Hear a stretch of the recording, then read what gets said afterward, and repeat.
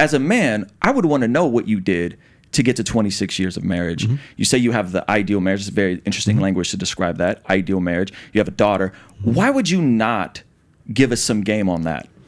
Because the way that we do marriage now, like people ask me all this time, they say, Rollo, if you weren't married, would you get married now? I would say absolutely not. If God forbid I found myself a widower or whatever, tomorrow, I would not get married in this present state. I'm not saying the institution, the idea of marriage is a bad idea.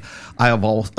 You probably read this as well. We are better together than we are apart. We are innate, evolved, natural complements to one another. It's not good for a man to be alone. But very specifically, why would you not get married today? Because the way that we do it now, and this is exactly goes back to your point where everybody goes, well, alimony this, and I'll lose half my stuff, and I think, by the way, I think that's kind of like a specious argument from guys who don't want to get married.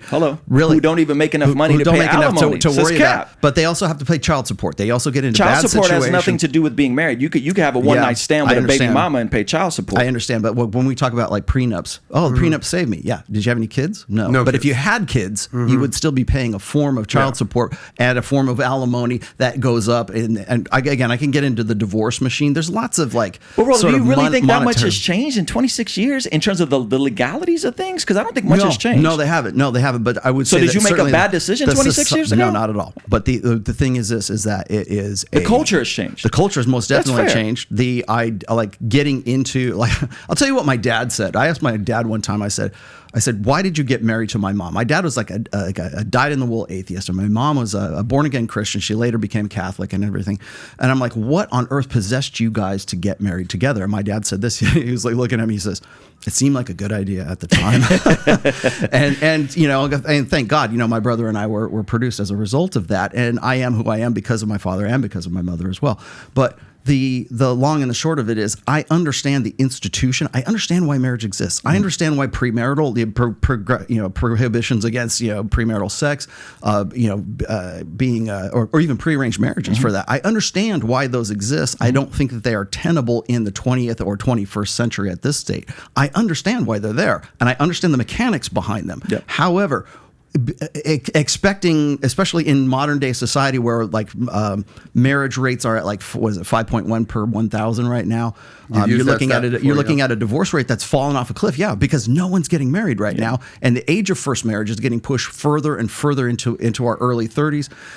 Primarily because of a post-sexual revolution mentality with respect to monogamy. And which I think is trash, by the way. I think the post-sexual revolution is bad. Because it is, like, as far as best practices are concerned, like, if you have all these tools, if you understand, you have this database, and you have all this education about intersexual dynamics, how do you use this? What do you do with that? That's really not the purview of the red pill.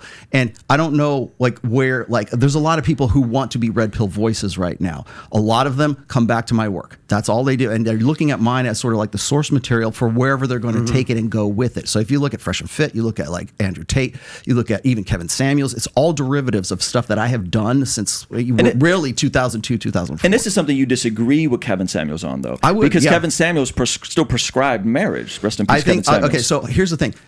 Would I prescribe marriage? I would if we had some form of marriage reform. Okay, if there was some sort of, I like where this is going. Rollo Tomassi just said he prescribes marriage. I would prescribe marriage. What would you put for some reform? Okay, if there was, lay that out. Okay, what benefit? And I'll throw this out again. I always ask this: what benefit is there for a man inside of marriage that he can't get outside of marriage? You're not married. Like you, right now, it's like you looking and trying to find some guy or someone right now, some girl, woman, not guy. Sorry, throw that out there. Sorry. Look for women. Come to church. You're trying to find someone. You're trying to find someone. It's like you're going to have, especially at your value, who you are right now. You're in a position of sexual selectivity that most men are never going to be able to enjoy in their lifetime. So you're like, okay, I want to have kids. I want to find somebody that I can settle down with. But the downside risks of that, and I'm not just talking about marriage, I'm also talking about the follow-on downstream effects of making a bad choice, right?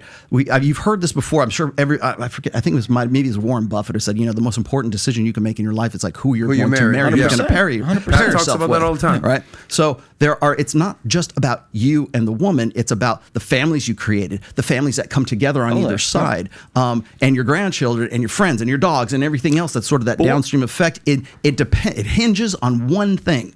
intersexual dynamics. It hinges on being able to come together and having that knowledgeable database. I'm not against marriage. I'm against marriage in the sense that it's like, didn't know it was coming, didn't know the risks, didn't know this, didn't know all the downstream effects that could come from it, because you have this romantic ideal in your head that, oh, she's the one. And most guys live in a state of sexual scarcity. So the first girl that gets off with him, suddenly she's the one, ordained from God to be his wife for forever. Now this is where final thoughts, because we have like 20 more topics, so we're not going to spend an hour on marriage, guys. So do you think there's any selection bias though in the way you're describing some of these women in terms of the culture?